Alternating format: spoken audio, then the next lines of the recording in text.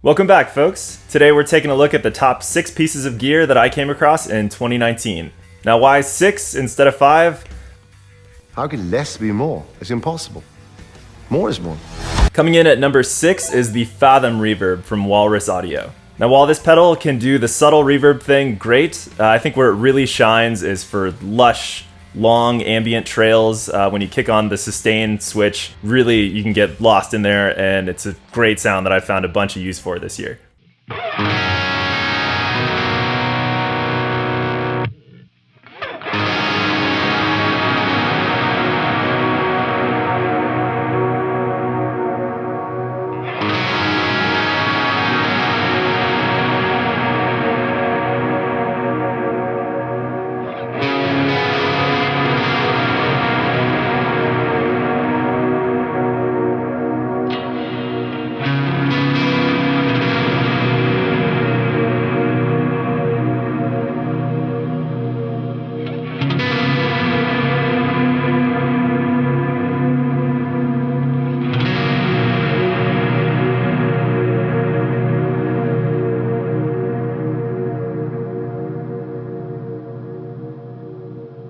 At number 5 is the Buffer Bay from Friedman Amps. While the Buffer Bay is not necessarily the most exciting piece of gear on the list, it's certainly one of the most beneficial. If you use an effects loop with your pedal board setup, you'll know that cables come out every which way out of your pedal board, and sometimes your pedals are not in an ideal position to run those cables to. So having this Buffer Bay allows you to nice and neatly combine where everything comes in and out, all inputs are all in the same place. The built-in buffer means you don't really have to worry about long cable runs. Again, with an effects loop setup, sometimes you can have upwards of 80 plus feet of cable that will really kind of knock off the high end of your guitar tone. So kicking on that buffer retains all the top end, and this is a great setup. On top of that, it just fits real nice in that Friedman pedal board, so it's an easy kind of all-in-one package. It's a bit of a no-brainer in my opinion.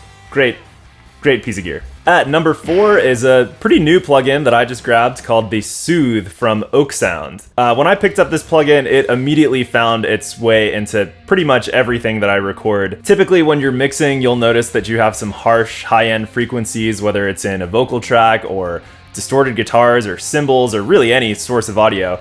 And you can go through with an EQ and notch out these harsh, whistling high frequencies. But sometimes with a distorted guitar part, you're not playing the same note the whole time. So those whistling frequencies can kind of shift where they are in that high end, like 3 to 5K spectrum, sometimes higher than that. The Soothe will adapt to whatever input signal you're feeding it. So if those harsh high-end frequencies are moving around, it'll adaptively duck those out without you really having to hunt through and pick out each one of those frequencies. So it very quickly has found its way into just about everything that I do. Definitely check it out. There's a free demo.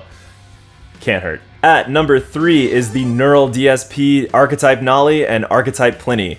Between these two plugins, you can get basically every guitar sound that you would need in a mix, and I'm recording 2 records at the moment, and these 2 plugins have found their way onto just about every track on the record, and you'd be hard-pressed to tell the difference between those and a real amp.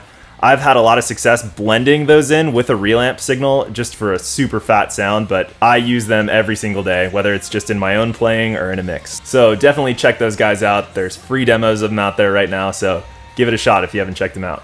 At number 2, we have another plugin. It's from Soundtheory, and it's called the Gullfoss. This is a bit of a hard plugin to describe. It's sort of an adaptive EQ, compressor, almost mastering tool kind of plugin that has, without a doubt, improved the overall quality and production level and sheen and shine of my mixes that I'm putting out. Again, similar to the way that the Soothe plugin will listen to and adapt to the input signal that you're feeding it, the Gullfoss does that, but on a pretty high and sophisticated level. So again, there's a free demo of this one, but I would suggest just download that demo, throw it on a mix that you're working with, and I think you'll be pretty impressed at how quickly you can get really polished results out of this thing. And last but not least, coming in at number 1 is without a doubt the Friedman BE100 Deluxe. Again, I've owned just about every Friedman amp in the lineup, and this one by far takes the cake. Everything from sparkly cleans to edge of breakup tones to crushing high gain tones.